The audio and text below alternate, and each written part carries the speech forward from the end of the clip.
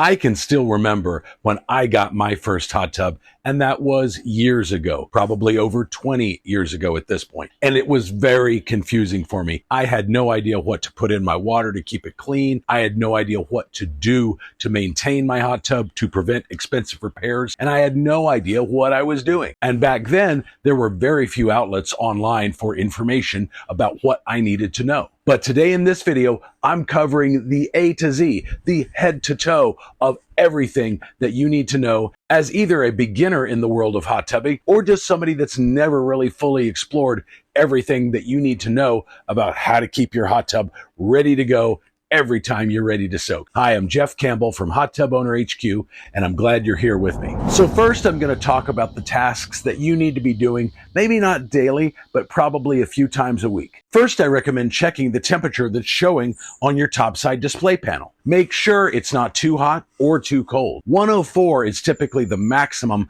that hot tubs will go, but in the heat of a Texas summer where I live, it can sometimes go above that, and that's not safe to soak in. But likewise, if somebody gets in your hot tub and you're not aware of it and they bump the temperature way down, and then the next time you're ready to soak, it's 92 degrees, that's way too cold for most of us. So I recommend checking it a few times a week just to make sure it's set exactly where you want it, but also to ensure that the equipment is working correctly. Also, I want you to check and make sure that the cover is seated properly on the hot tub. Especially where I live, it can sometimes get very windy. And there have even been times where I've noticed my hot tub either blown open or blown completely off, or at least just blown askew. And that can let leaves and bugs into your hot tub's water. Most hot tub covers come with latches. I don't actually use the latches on my cover, but if you've got them and they line up correctly with the latches that are mounted on the side of your hot tub's wall, why not get in the habit of latching them when you're not using it? I also recommend doing a quick visual check of the water and maybe scoop off any leaves or debris that you see floating. I always have this net nearby by my hot tub, and I use it a number of times a week. I can see some leaves right now, so I'm just going to kind of scoop those out, knock them off to the side. I also see some leaves down in the well of the hot tub. It's been raining a lot here lately, and if my cover was slightly ajar, that might explain why I've got so many leaves in here today. Next, I like to make sure that the lights and the jets are working. Again, you don't want equipment issues to sneak up on you. I have the power cut off on my hot tub right now, as I always do when I make these videos. But just press the buttons and make sure everything is working properly. Again, just once, twice, or maybe even 3 times a week. Just do this out of habit. It won't take more than 30 seconds. Because if you do have an equipment problem in your hot tub, you want to deal with that sooner rather than later, when it might get worse and might get more expensive. Next, we're going to talk about weekly tasks, and I recommend doing this on the same day every week. That way, that habit gets ingrained. But first, I want you to test your water. I want you to dip a test strip into your hot tub's water and hold it up to the side of the bottle to make sure everything is aligned perfectly. If it's not, start by adjusting the alkalinity if that's off. Don't do anything before you get that alkalinity right. So if you're adding spa up or spa down chemical to adjust the alkalinity, turn the jets on, leave the cover off, and wait about 20 minutes before you test it again. Then if the alkalinity is good, check the pH. Often those go hand in hand because they are definitely related. So if you're adjusting one, it's likely going to adjust the other. But make sure both are good before you move on to your sanitizer. Then you can add your sanitizer, which can either be bromine or chlorine. It can be tablets in a floater like I use, or it can be powder. Or in some cases, I've even seen liquid. Then once you get that right, go ahead and shock your hot tub. You should be shocking your hot tub about once a week. And shock can either be chlorine-based, and that's good whether you use bromine or chlorine sanitizer, or it can be non-chlorine. And I happen to have both on hand because there are different times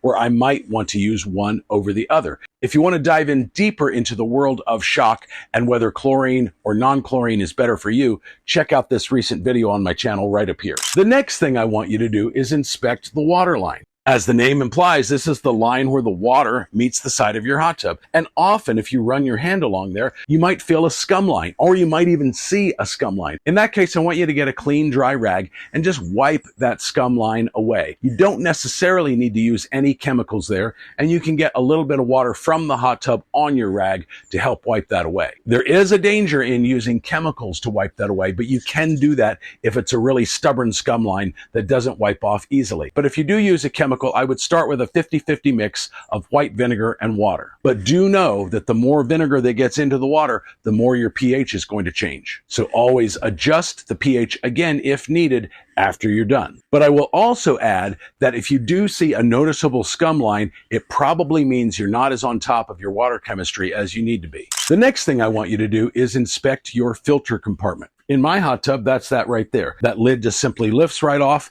I have 2 filters inside of there, and because the water gets sucked into that compartment, it's easy for there to be debris in there. Let's take a quick look. And as you can see, there's a couple of leaves around the edge of the compartment, but generally speaking, that looks pretty clean. And then the very last thing I want you to do in your weekly checks is to do a quick inspection of your cover. You can see my cover is a little bit wet because it's been raining here a lot lately. There's a few leaves on here, but I'm going to walk around very quickly and I want to look for any small holes or tears that might be present because that can let water into the interior of your cover and that can waterlog the foam, and over time that will totally ruin your cover. But I also want to look for any stains or debris that might need to be washed off. I see a little bit of cat hair, but otherwise I think we're looking pretty good. And it's worth pointing out that my cover is polyester. Many hot tub covers are made of vinyl, which is honestly a little easier to clean, but it does wear out faster in the sunlight, which is why polyester is more expensive than vinyl. But it's also worth looking at the zippers and the seams. Make sure there's no tears, no holes. You don't need to spend 30 minutes doing this inspection. Just give it a quick eyeball once a week. Every 2 weeks, I don't have much for you, but the one thing I want you to check every 2 weeks is the water level. Hot tubs do lose water to evaporation pretty regularly, especially if it's hot outside, the way it has been here in Central Texas lately. Ideally, you want your water to be somewhere right in the middle of that filter compartment intake cover. My water level is actually a tad high based on that standard, but I did just top mine off last week because it was a little too hot and I wanted to cool it down a little bit. And when I do that, I often let it get too high, knowing that it'll overflow a little bit when I get in there, but also knowing that I'm going to lose some to evaporation anyway. But you don't want your hot tub's water level to get too low. That can mean too little water is flowing through the system, and that can actually trip the high limit switch attached to your heater tube. Because if not enough water is flowing through there, it can overheat very quickly, and that's dangerous. And if you've noticed any issues with your hot tub not working correctly or sometimes tripping the breaker, you want to deal with that quickly. And there's a variety of reasons why that could be happening. I made a recent video about it, so check that out right up here if that's ever happened to you.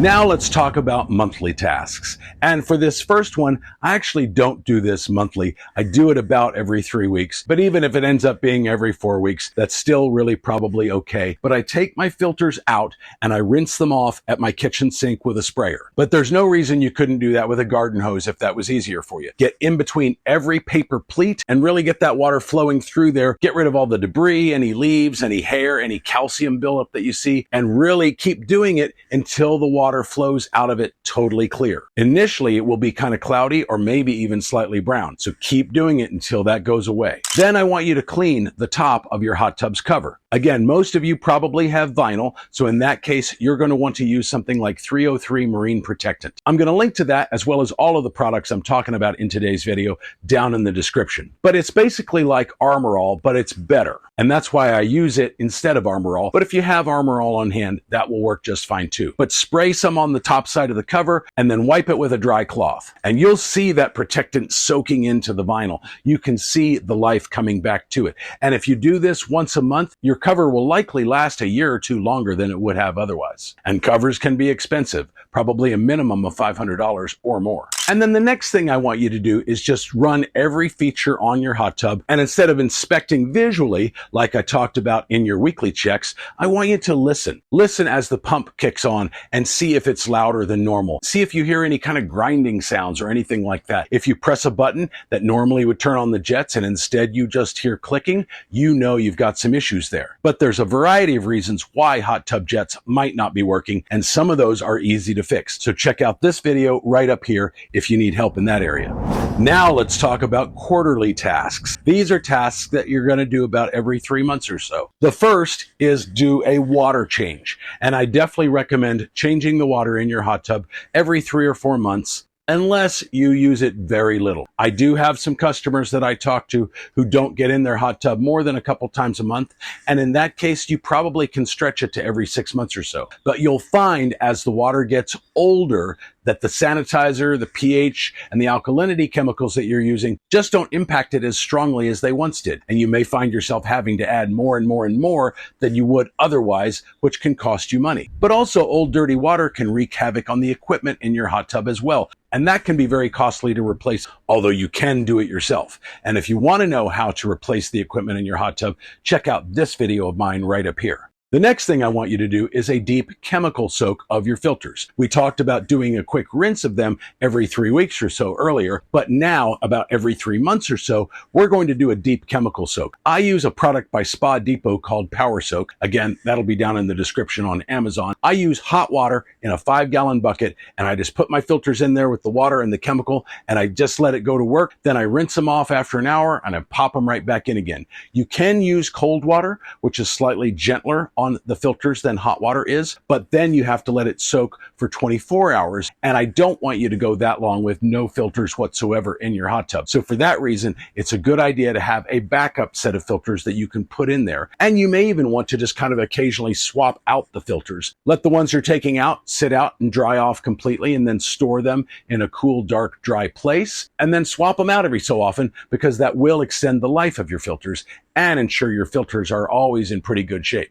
Then I want you to clean the underside of your hot tub's cover. It's not uncommon for your hot tub's cover on the underside to get mold and mildew and get discolored spots on it. And over time, that can shorten the lifespan of your cover. I do have a recent video where I go over all the ins and outs of getting rid of mold on your hot tub's cover. So check that out right up here. But essentially, you'll want to take the cover completely off so that no chemicals are getting into your hot tub's water. And then you'll want to spray on a product like Tilex or some sort of mildew remover. Let it sit for a minute, scrub it with a scrub brush, and then rinse it off completely. Now, I did mention your hot tub filters, and I talked about rinsing them every 3 weeks and doing a deep chemical soak every 3 months. And if you're on top of that, your filters are probably going to last about 2 years. And if you have 2 sets of filters, like I mentioned, switching back and forth, then you can probably go 4 years like that. And at that time, get new filters. If you're not really on top of your filter cleaning though, I would plan to replace your filters once a year. And clogged filters can really wreak havoc on your hot tub's equipment. It can slow or even prevent water flow through the system. That can again lead to your hot tub's heater tube tripping its high limit switch, which will turn off the heat to your hot tub, but it can also cause wear and tear on the pump as well. So you definitely don't want that to happen. So stay on top of your filter maintenance as much as possible.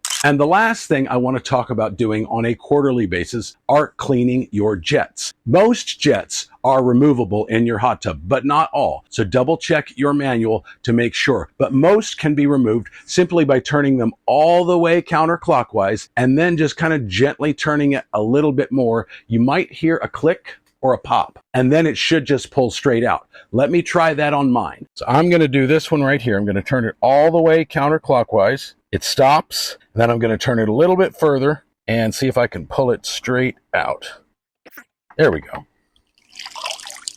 And I can feel by touching this that there's a little bit of calcium buildup on here. So what I'm going to do with all of the jets is probably put them in a 5-gallon bucket with a 50-50 mix of white vinegar and hot water. And I'm going to let them soak for at least an hour, and longer is even better. Then I'm just going to put this back in the exact same way I took it out. It's going to push straight in, and then it's going to turn clockwise again until it locks. And sometimes you might find that jets don't come out easily. They might be stuck. You can use a little bit of force, but I would caution you first to make sure that according to your manual, this jet is removable. And then I would still be gentle, because you don't want to break your jets, because that can be costly.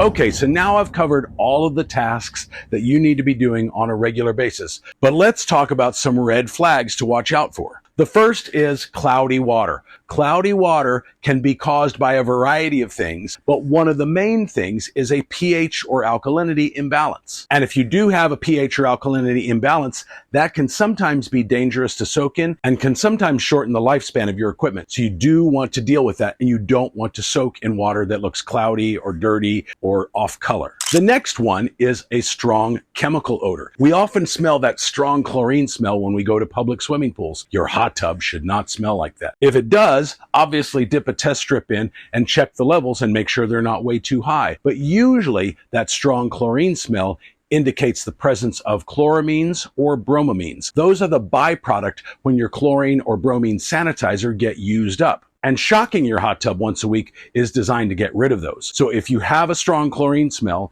and your levels look fine on a test strip, but you haven't been shocking your hot tub consistently, then go ahead and shock it now and start doing that once a week. If you have been, but you're using a non-chlorine shock, I would probably switch to a chlorine-based shock, which is a little bit stronger and provides additional levels of sanitation. Next, I want you to be on the lookout for excess foam in your hot tub. And I'm not talking about the bubbles that appear when you turn your jets on, because those will go away when you turn the jets back off again. If you have foam that never goes away, that's a bad sign. Often what that is are excess lotions, shampoo, conditioners, things that are coming off of our bodies and our hair in the water. And in that case, if you're noticing that on a regular basis, you may want to go to the point where you ask your guests to shower off very quickly before they get in. But if you already have this issue, the first thing I would do is scoop out the excess foam with a net like this. Then I would add a double dose of chlorine shock to your water and make sure you wait probably 24 hours, if not 48 hours, before you dip a test strip in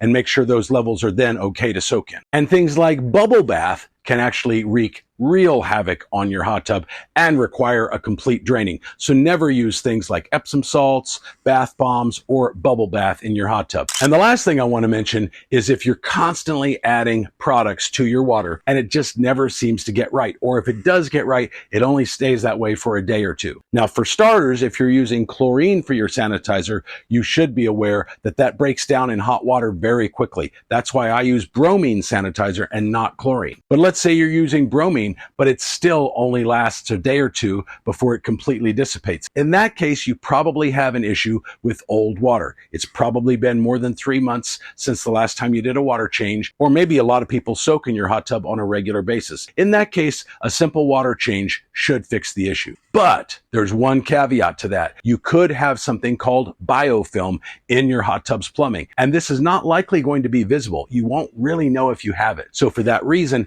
every time I do a water change, I use a product called Oh Yuck Healthy Hot Tub Cleaner. I pour it in, I turn all the jets on, and then I keep restarting the jets because they time out after about 15 minutes. And I let that go for an hour before I drain my hot tub. That gets rid of the biofilm that could be inside of your plumbing, inside of your jets, inside of your pump, or your heater tube. And biofilm is like a bacteria. You don't want that in your water, but it could absolutely be impacting the ability of your chemicals to sanitize the water properly and for the amount of time it would normally sanitize it for. Now I just want to give you a few money-saving tips. The first tip is to stock up on chemicals in the off season. Now, depending upon where you are and what the weather's like, that could vary. Out here in Central Texas, where it's regularly 100 degrees during the summertime, that could be considered the off season. But if you're somewhere like Chicago in the bitter cold of winter, maybe that's considered your off season. But whatever your off season is, stock up on chemicals during that time because it might be cheaper. And you can do that on Amazon,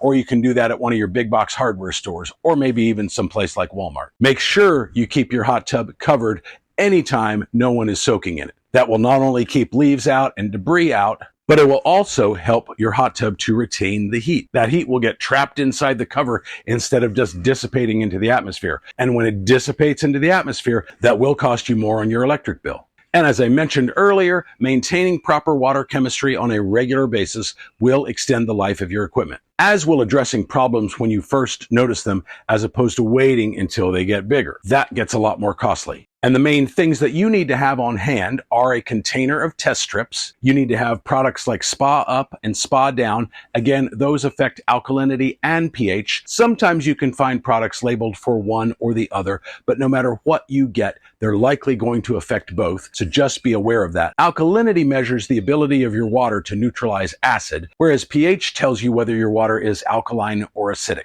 And the only way you can impact pH without impacting alkalinity is by turning the jets on, which causes your pH to go up. Then, of course, you want to have sanitizer on hand. I use 1-inch bromine tablets in my floater, and I do like bromine better because it has a little bit less of an odor than chlorine, and it lasts longer in hot water than chlorine does. And then, as I mentioned, have shock on hand. You can have non-chlorine shock or chlorine shock or both. I have both, and I use one or the other depending upon the circumstances. And then just make sure you have that Oh Yuck Healthy Hot Tub Cleaner on hand, as well as the Spa Depot Power Soak for deep cleaning your filters. And I know this is a lot of information if you're new to hot tubbing or if you've never really dived in fully. So bookmark this video if you need to, save it, rewatch it as needed. I do have a free cheat sheet you can download though, which kind of bullet points everything I've covered in today's video. So get that in the description down below. And I also offer one-on-one consultations. That can be a phone call, a Zoom session, or you can simply email me your hot tub problem